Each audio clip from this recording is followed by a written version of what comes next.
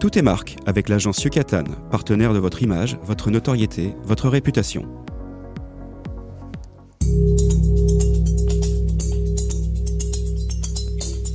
Tout est marque, une émission proposée et animée par François-Xavier Goudemont.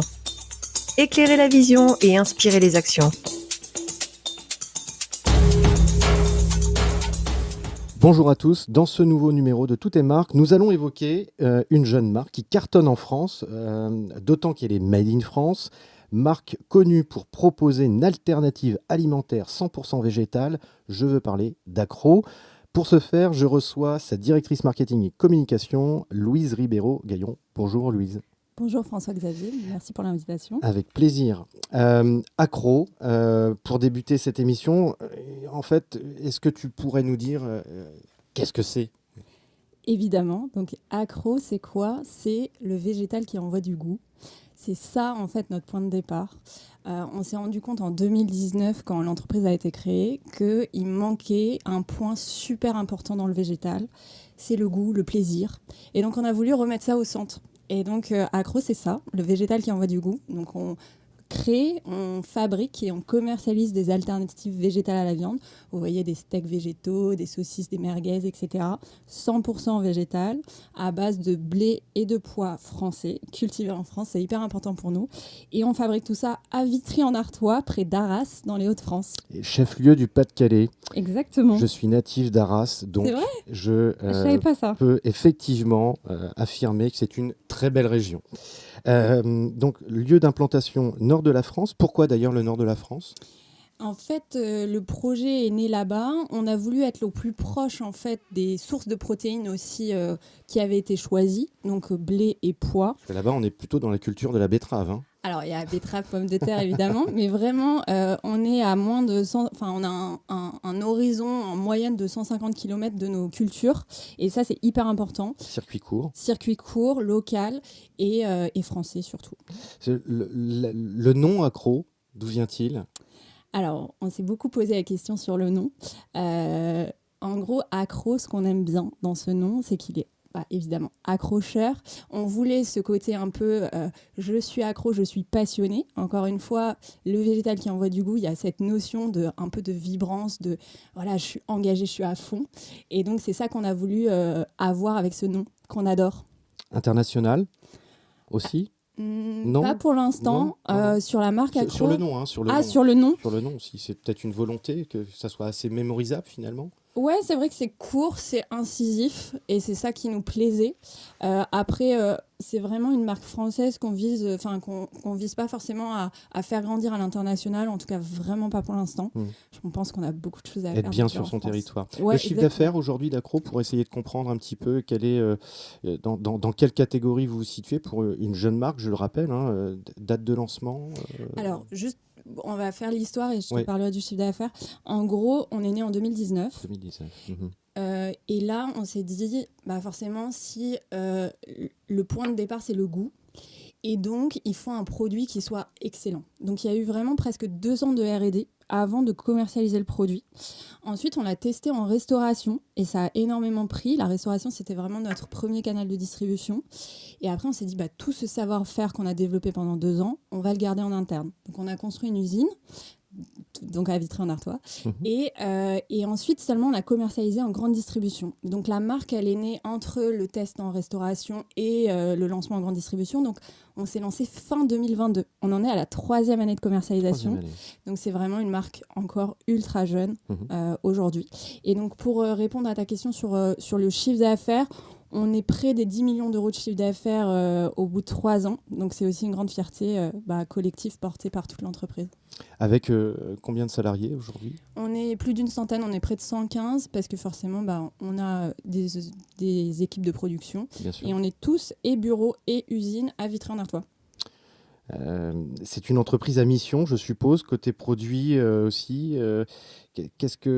Comment on pourrait définir aussi Acro au-delà du fait que vous êtes effectivement sur un produit plutôt vegan, végétal, ça on l'a bien compris, made in France.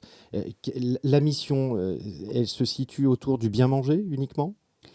En fait, la mission de l'entreprise, elle est un peu décorrélée de la marque. C'est-à-dire que nous, notre mission, c'est évidemment de végétaliser l'assiette des Français, mais encore une fois de le faire avec du plaisir, du fun. Et donc on n'est pas là pour moraliser, on n'est pas ultra militant. En fait, le produit en lui-même doit parler à tout le monde et c'est hyper important pour nous. Et donc, Accro, c'est évidemment une marque engagée qui revendique le bien manger et le manger sain. Donc, c'est vrai que je ne l'ai pas dit, mais on a des produits qui sont uniquement Nutri-Score A ou B, donc Nutri-Score vert, qui sont équilibrés nutritionnellement.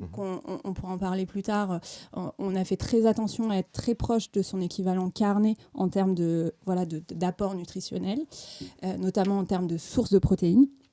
Et puis, mais on veut surtout des produits bons. En fait, on veut se faire plaisir avec nos produits. Donc, on va chercher la texture, de la mâche, de l'assaisonnement, de l'aromatisation. Et c'est ça qui fait la force d'Accro. D'ailleurs, tu nous donnais le nombre de salariés, un peu plus d'une centaine. Je suppose que de ce fait, vous avez quand même une grosse équipe qui travaille sur cette logique de goût. Ça doit être quand même, je dirais, conséquent, non ? Oui, c'est vrai qu'on a une belle équipe R&D qui est là depuis le départ. Et en fait, c'est ça qui est important, c'est que comme le projet, il est né vraiment...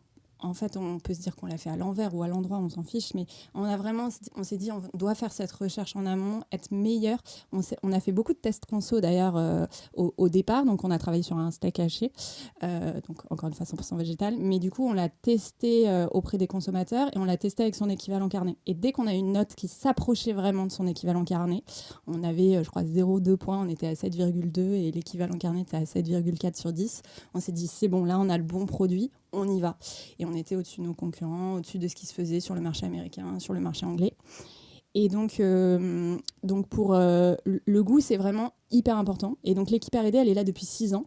Et elle a perfectionné, en fait, au fur et à mesure de ces 6 ans, les produits et le goût.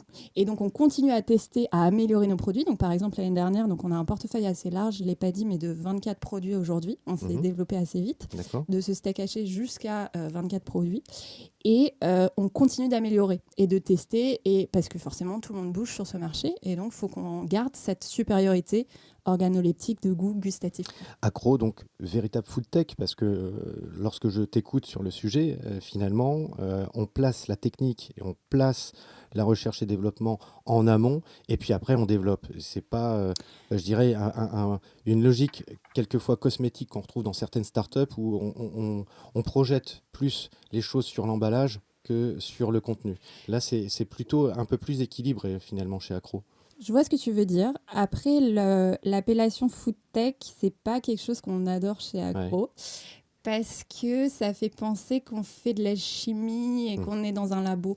Et en fait, quand même, la food, c'est une notion de passion, de terroir, de savoir-faire. Et on est une marque très présente en restauration aussi. Et donc, en fait, on veut faire des produits que les cuisiniers aussi puissent prendre, comprendre et cuisiner.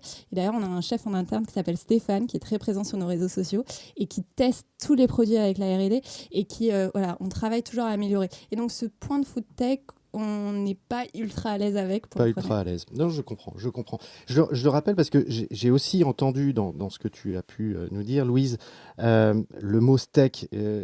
En même temps, je rappelle que depuis 27 février 2024, il y a un charmant décret qui interdit officiellement les termes steak, escalope et jambon pour désigner des préparations végétales. Donc le steak végétal, aujourd'hui, qui nécessite pourtant 4,3 fois moins d'eau que son homologue carné, n'a plus le droit de s'appeler steak végétal. Qu'est-ce que tu en penses d'ailleurs et comment ça influence une marque comme la vôtre qui est quand même dans sa finalité en lien avec ces termes? Alors, en fait, sur les décrets, juste un petit update, en fait, on a gagné la bataille. D'accord. Donc, en fait, c'est plus interdit. Donc, en fait, ce qui s'est passé, c'est qu'il y a eu 2 décrets sous les gouvernements Borne puis Attal qui ont cherché à interdire effectivement ces dénominations issues naturellement du monde de la viande plutôt pour désigner les produits végétaux. Et en fait, nous, on a fait pas mal de recours pour expliquer que nous, on ne cherchait pas du tout Quand tu dis, je me permets de te couper, quand tu dis nous, c'est Accro ou c'est la profession? C'est la profession. C'est-à-dire qu'on va citer des concurrents type Apivore, des gens comme ça aussi qui pèsent un peu sur le marché et qui... Ouais, c'est la profession. En fait, on a fait une coalition tous ensemble, on s'est bien entendu. D'accord, bravo. Et on a décidé de faire des recours au nom de la catégorie pour défendre ces appellations. Pourquoi ? Parce qu'on trouvait le décret absurde pour 2 raisons. Le premier, c'est qu'on ne cherche pas à tromper le consommateur. Vous regardez un produit Accro, vous voyez 100% végétal écrit en énorme. Vraiment, on est à côté du tofu et des plats cuisinés dans les rayons. On n'est pas à côté de la viande. Et vraiment, à aucun moment, on a cherché à le tromper. Pendant la campagne, c'est marrant, il y avait des consommateurs qui nous disaient oui, le lait démaquillant, personne n'a jamais cru que c'était du lait. Donc voilà. Et deuxième point de un peu l'absurdité de ces décrets, c'est qu'à cause de la hiérarchie des normes en Europe, je vous passe les détails techniques, mais en gros, il y avait seulement les entreprises qui produisaient en France qui ne pouvaient pas utiliser ces termes. Or, on a des concurrents qui sont des multinationales, qui produisent à l'étranger. Qui se donnent pas les mêmes contraintes que chez nous, chez Accro, parce qu'on a envie de bien faire les choses, qui, eux, pouvaient utiliser toujours ces appellations. Donc, pour ces 2 raisons, on trouvait ces décrets absurdes et on les a, du coup, on a lutté d'un point de vue judiciaire, mais aussi d'un point de vue communication, et on s'est bien marré. On a fait une campagne l'année dernière où on a renommé nos produits. Donc, on s'est dit, puisqu'on peut plus utiliser ces noms, on va mal orthographier nos produits. Et donc, on a fait une petite campagne. On a écrit nos boulettes AITES à la fin, et ça a pas mal pris, et ça a fait le buzz sur les réseaux sociaux. Donc, on est assez fiers de ça. Et cela a été plutôt bien digéré par vos clients. Exactement. Et donc, in fine, on a gagné. Donc, l'Union européenne s'est remontée jusqu'à la Cour européenne de justice. Et là, on a remporté et les décrets ont été annulés. Donc, défense finalement d'un territoire pour plusieurs marques qui s'allient. Je dirais tant mieux. Moi, j'avais une question qui était, je dirais, presque neutre, de savoir si vous faites appel à des professionnels. Et puis, dernièrement, j'ai vu aussi, vous aviez un beau partenariat avec Thierry Marx. Ouais. Alors, ce qui est drôle, c'est que j'avais reçu il y a quelques mois, Delphine Elazar-Courtier, directrice marketing de Picard-sur-Gelée, qui elle-même aussi connaît très bien Thierry Marx et qui a fait un partenariat avec elle. Je me suis dit, ce Thierry Marx est partout, je vais finir par l'inviter dans toutes tes marques. Qu'est-ce que ça apporte pour une marque comme Accro ? Alors, il y a 2 questions en une. La question sur un peu les professionnels et le côté très nutrition, et le côté vraiment Thierry Marx. Thierry Marx, c'est un ambassadeur qui adore nos produits. Il est convaincu par le végétal, il est convaincu par le fait qu'on doit végétaliser nos assiettes, et de la même manière, sans surmilitantisme, où il faut le faire pour la santé, pour la planète, pour le bien-être animal. Et du coup, comment on fait ça ? Nos produits, les produits Accro, sont une solution parmi d'autres. Et encore une fois, un terrain de jeu pour les cuisiniers. En fait, il aime beaucoup nos produits parce que pour lui, c'est comme, si par exemple on prend notre farce, et c'est comme finalement d'utiliser une farce de viande, et on peut en faire plein de recettes différentes. Et donc, c'est un ingrédient en plus dans sa palette de cuisinier à utiliser. Et donc, on aime beaucoup ce partenariat avec Thierry Marx parce qu'il représente des valeurs qui sont assez proches d'Accro. Et donc, on est ravis de ça.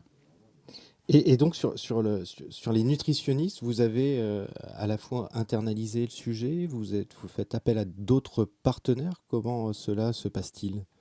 Alors, nos produits sont développés par cette équipe R&D dont je parlais, qui a effectivement un background en nutrition. Et en plus de ça, on fait hyper attention. Enfin, c'est vrai que vous avez compris, on essaye de bien faire les choses. Donc, forcément, sur l'équilibre nutritionnel, ça en fait partie aussi.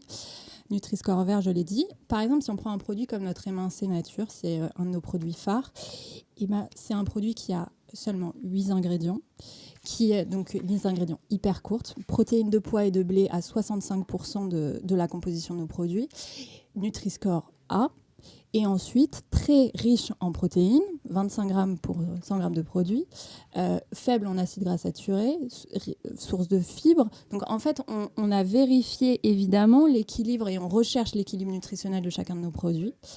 Et en plus de ça, on a testé leur digestibilité. parce que le pois, le blé, les légumineuses, il y a souvent ce petit problème. Et on a fait un test avec une université qui nous a montré que nos produits étaient tout aussi digestibles que leur équivalent carné. On essaye vraiment de proposer un produit qui a la même fonction au-delà de l'usage. C'est-à-dire que, par exemple, je parlais de la farce et de Thierry Marx tout à l'heure qui cuisine ses tomates farcies ou ce genre de choses.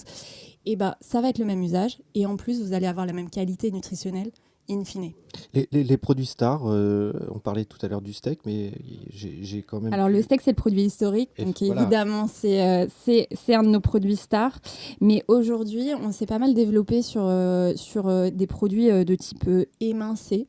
Donc l'émincé nature avec lequel on peut cuisiner énormément de choses. Et le petit nouveau qui est sorti en 2024 et qui a assez vite atteint le stade de best-seller chez nous, c'est le spécial kebab. Donc c'est un émincé en fine label, aromatisé un peu avec des épices type kebab. Et c'est personnellement mon chouchou. J'ai fait une soirée avec des amis il n'y a pas longtemps et je leur ai servi des kebabs et ils étaient hyper contents. Et ils en sont sortis accros. Exactement. Bien entendu.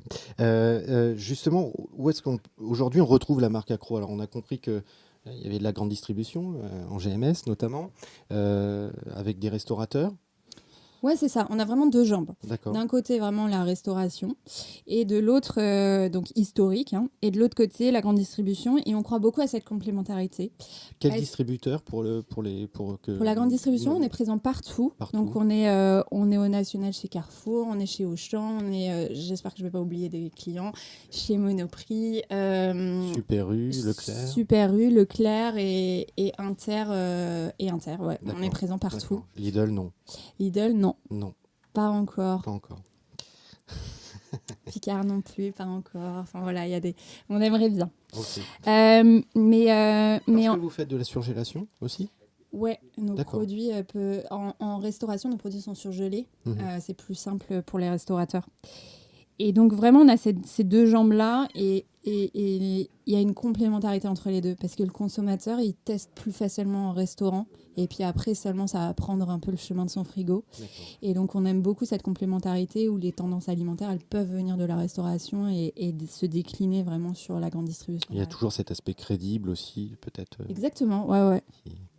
Et puis, un cuisinier qui, encore une fois, qui cuisine le produit et qui le met en œuvre, en fait, on en revient toujours au point de départ. Accro, c'est le végétal qui envoie du goût. Et donc, il faut goûter pour être convaincu. C'est le problème du végétal. Pendant trop longtemps, on a eu des produits qui pouvaient être secs ou trop mous ou pas assez goûtus. Et avec ces nouveaux produits, avec une marque comme Accro, on arrive du coup à dépasser ça. Et c'est ça qui est hyper important. Alors, justement, on affine, on essaye de comprendre tout ce que la marque Accro peut représenter.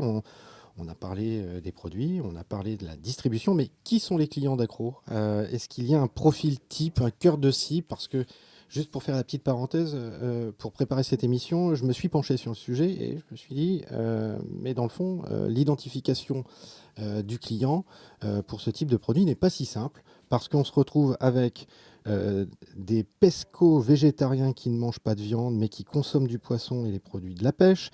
On retrouve les flexi-végétariens ou flexitariens qui consomment occasionnellement de la viande, qui sont des semi-végétariens. Ensuite, on retrouve les fruitariens ou fruigivores qui ne mangent que les végétaux, etc. On a les cruditariens, on a les végétaliens, etc. En fait, on s'y perd un peu.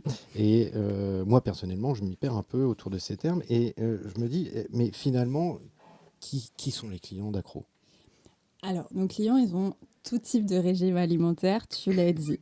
Mais on va retrouver une certaine surpondération auprès de foyers forcément véganes, végétariens ou flexitariens. La clientèle en fait, du rayon donc, qui s'appelle le traiteur végétal et donc de fait la nôtre, elle est quand même souvent un peu surpondérée sur des gens plus jeunes.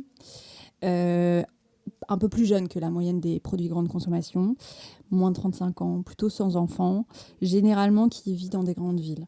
Mais on voit que la végétalisation des assiettes, c'est pour toute la société et on voit de plus en plus quand même de mouvements auprès des seniors, par exemple, des familles.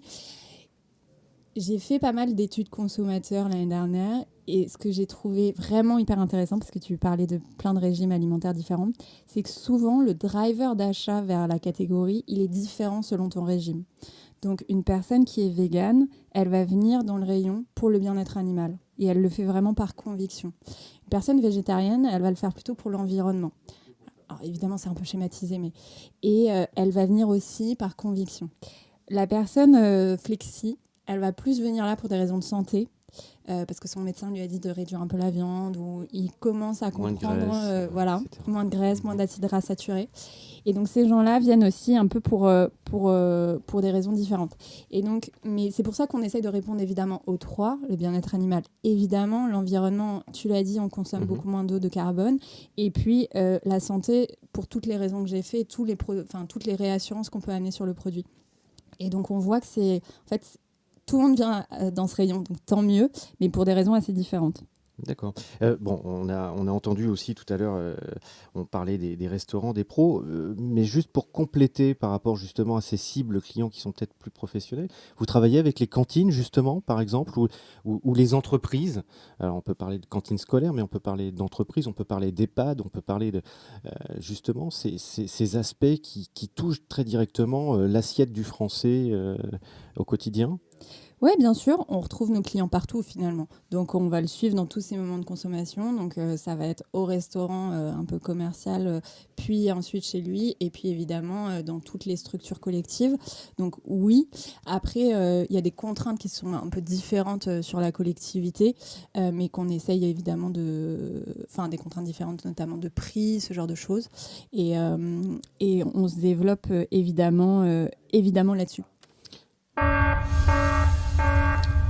Je ne pouvais pas rêver mieux en termes de transition. Maintenant, c'est la question qui fâche.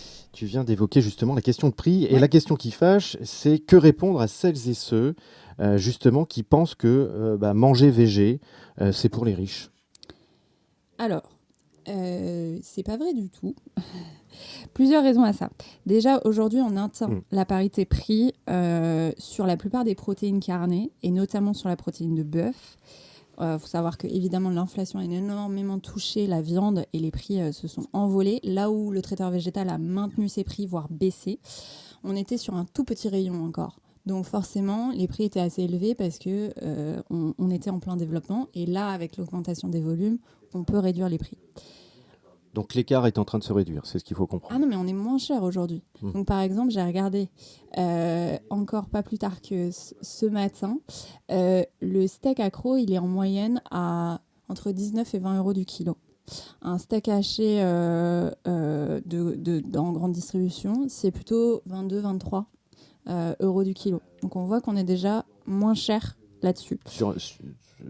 Pas en barquette. En barquette, il est moins. Il est plutôt autour de 15 euros. Alors, c'est là où, en fait, il faut savoir à quoi on se compare. Je suis taquin. Après, il faut savoir à quoi on se compare. Accro, c'est produit en France, c'est à partir de protéines de pois et de blé français. Forcément, si tu compares mon produit à un steak importé de je ne sais où, forcément, il va y avoir une petite différence. Donc, il y a un peu à quoi on se compare, mais vraiment sur la parité prix et sur des produits carnés produits en France, on est aujourd'hui moins cher.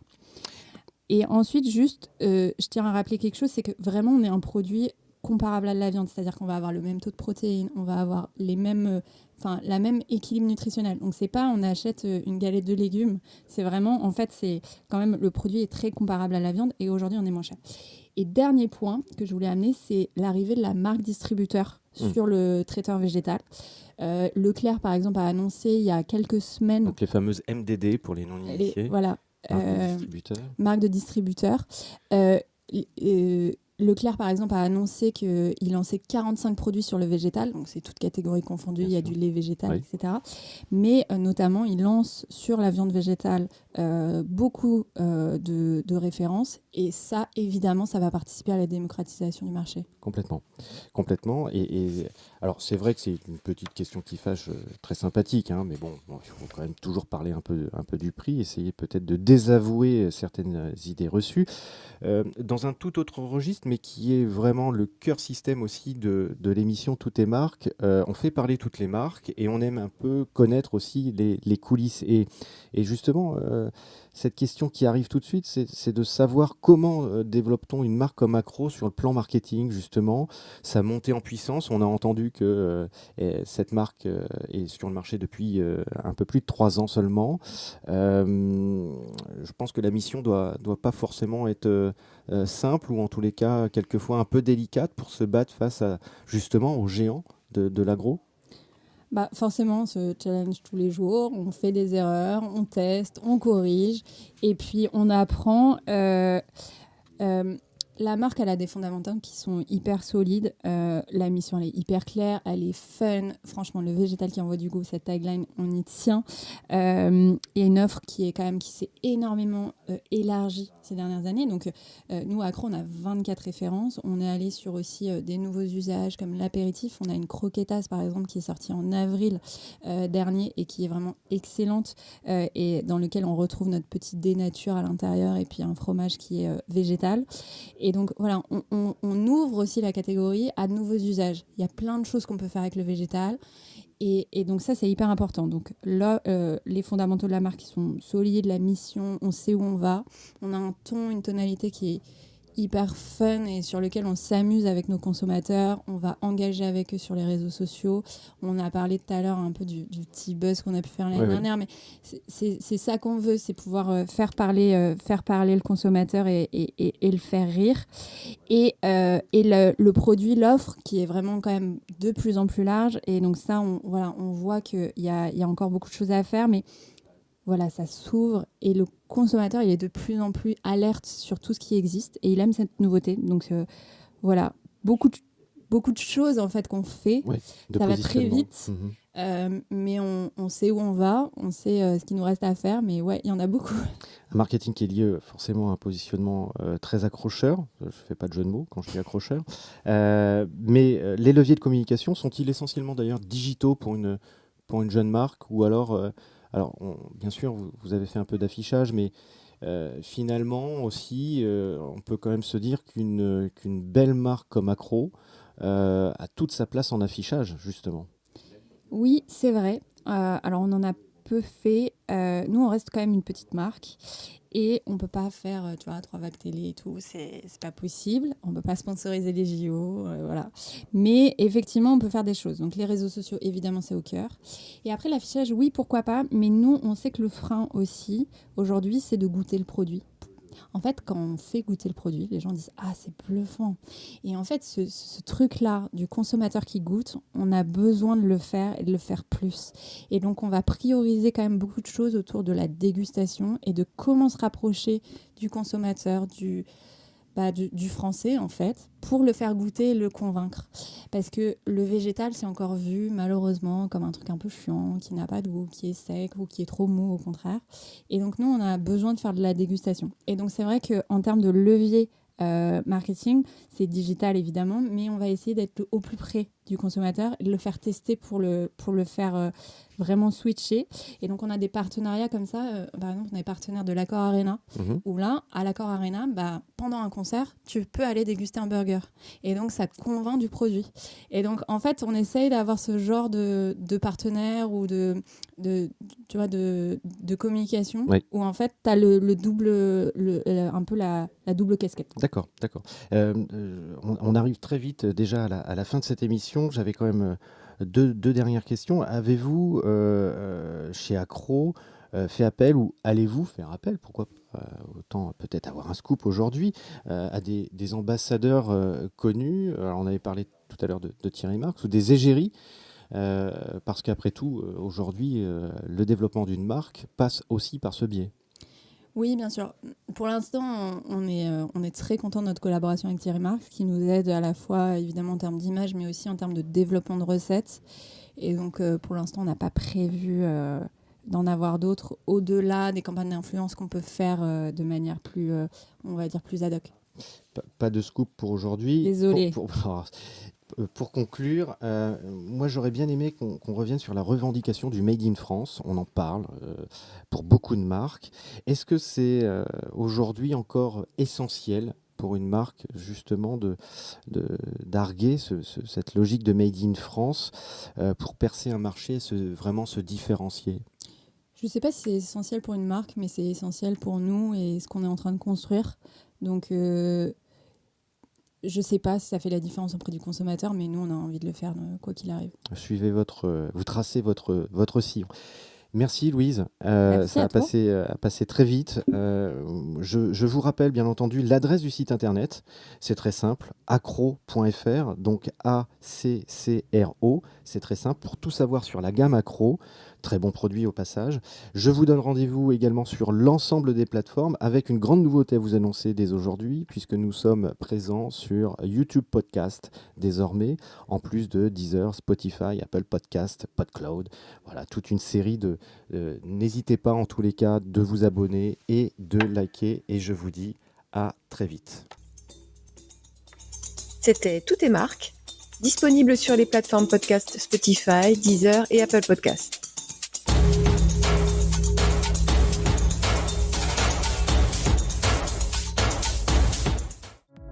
C'était Tout est marque avec l'agence Yucatan, partenaire de votre image, votre notoriété, votre réputation.